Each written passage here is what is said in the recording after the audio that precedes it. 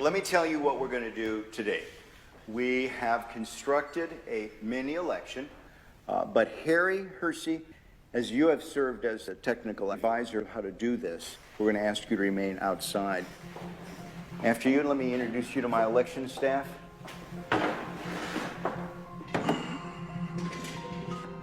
To ensure that we've not prepared some sort of a device that has been pre-rigged, pick the number, and then we'll grab that unit, and that will be the device that we will count the ballots on. I just feel like this is the one. Okay, and the winner is unit 15191.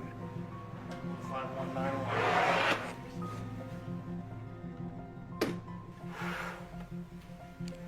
What we have here is a programmed optical scan ballot. There is only one question on this ballot. Can the votes on the Diebold system be hacked using the memory card? I have only touched the memory card, not the other parts of the Diebold election system, which is going to be used today. Only the memory card.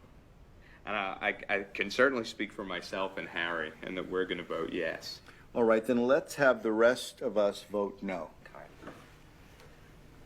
Two individuals, Hugh and Harry, will be voting yes. The rest of us will be voting no.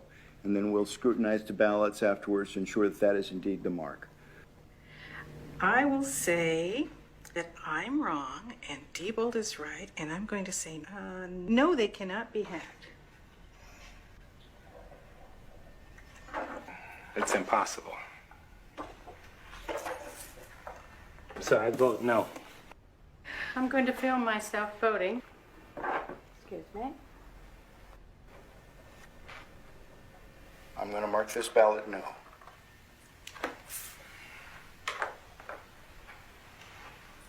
Dr. Thompson? I am going to mark this ballot yes. I've seen some pretty concerning things. Well, it's down to you. You're the last voter, Harry. All right. I think it could be. So I vote for yes. You will be the second yes. All right. Here is the memory card I have touched. Okay. Now, this is the only piece of Diebold equipment that you've used. That's correct. Well, thank you. Let me take your ballot in. This card will go into this slot. The next activity that the election worker does on the morning of the election is turn the machine on, making it live to receive votes. When you do that, this machine will produce what is called a zero total tape. The machine is going through a self-test analysis, and then it'll spontaneously turn on.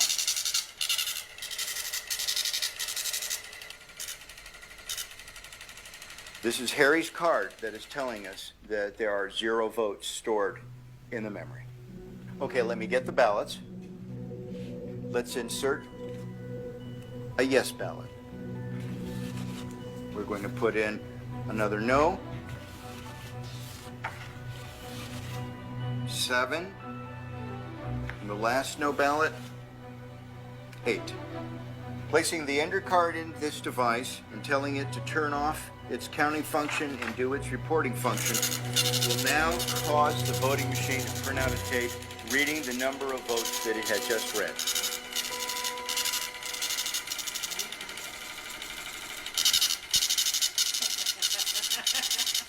Oh my. Oh no! What is it? 7 yes, 1 no. Oh my god! Oh my gosh! Let me see. Here's the tape. 7 people said it could be hacked. And we put through 6 and 2. 6 no's no's and 2 2 yeses. yeses. Oh my gosh, do you know what this means? How do we know that Harry didn't just change the report and the votes themselves on the memory card are still correct? If that was the case, when they go into GEMS, the results would be different, isn't that right? I mean, the only way to know that is to read them into GEMS and to check the vote totals. See what GEMS says. Should we do that? I think we should, because I want to confirm for my own analysis Is this just a superficial? Right, that's a good hack? In other words, question. Did we just change the words on this paper? And we will upload this memory card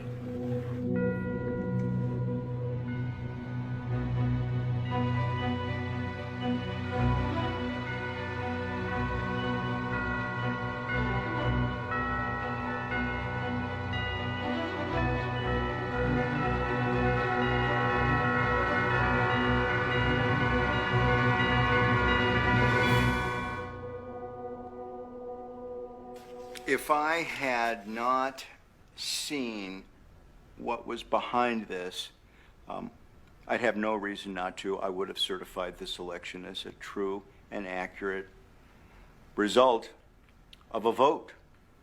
Susan, what does this mean for you? Makes me cry. I'm sorry, but it does. Why? Why? There's so many reasons. The reasons because there are people out there who are giving their lives to try to make our elections secure, and they're being called conspiracy theorists and technophobes, and these vendors are lying and saying that everything's all right, and it's not all right. And I'm crying because I'll quote somebody that I know who said that it's as though our country is one country pretending to be another country. How can this be happening to our elections? This really does affect me.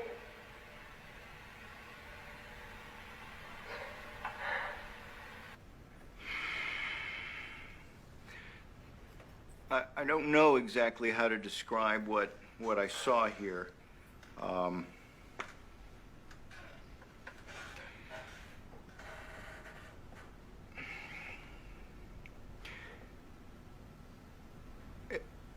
I think we, as election officials, need to be a little bit more demanding from the vendors as to the technical specifications of this equipment. The vendors are driving the process of voting technology in the United States. I would much rather, at this point, I think, focus on allowing citizens to select technology that satisfies their needs.